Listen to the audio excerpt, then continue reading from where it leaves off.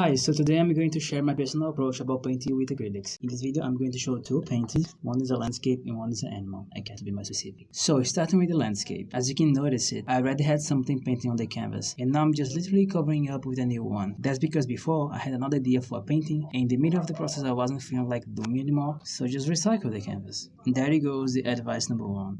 It is okay to change your mind. Don't be afraid of experimenting. As you probably heard before, quote, a paint is never finished, only abandoned, due to the fact that we can keep making modifications and edit details like forever. But with that being said, it can also include that if a paint wants to paint one thing and then in the middle of the process we're just simply not feeling like doing anymore and decide to paint something else in the place, just go ahead. Remember, it's not finished yet. Until you put your signature and sell it, it's up to you to make any change. As you can see now, I'm building a pathway of tori, which is the name of these traditional Japanese portals, and by the time I finished painting them, I thought that it was too much, and for the painting as a whole, I later thought, it looks like crap. However, I knew the things that was making it look like crap, and so what could I do to change it and make it better, which is what I did in this painting here. But many times in the past I didn't, because the fear of making it worse what was already bad was stronger than my will to fix it, and that kind of mindset delayed my evolution so much. And remember, it's not set in stone. Like I said in the beginning, until you finish you can make any modifications, and if you don't like the modification, you can just undo these modifications by covering it up, just like I did here. I covered the things that I wasn't liking, they added some details, and here it is, a beautiful Japanese landscape inspired painting that I'm satisfied with and don't regret the choice that I made to make it look better. So again, it is okay to change your mind.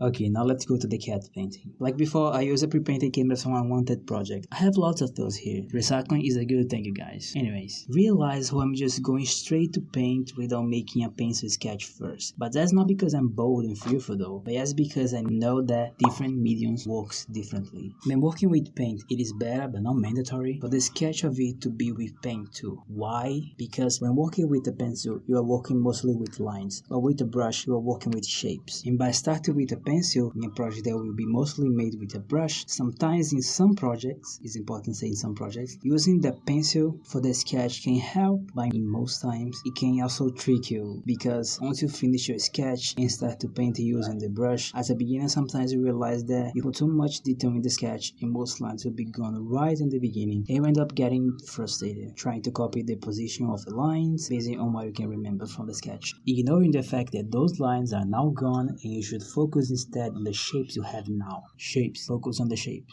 Use your imagination, but search for the reference when painting anatomy. I know this one's kind of obvious, right? But as you just saw in the beginning of this painting, the cat was looking weird, and to be honest, it looked more like a feral dog than a cat. And after realizing that by checking with the reference, I just thought about how could I fix it, and after I figured out how to do so, I just tried the solution. Unfortunately, I succeeded in making it look like a cat, and that saved the painting really. I know this video is kind of short, but those are some pieces of advice I wish I knew when I was starting with acrylics. And that is all for this video. Bye!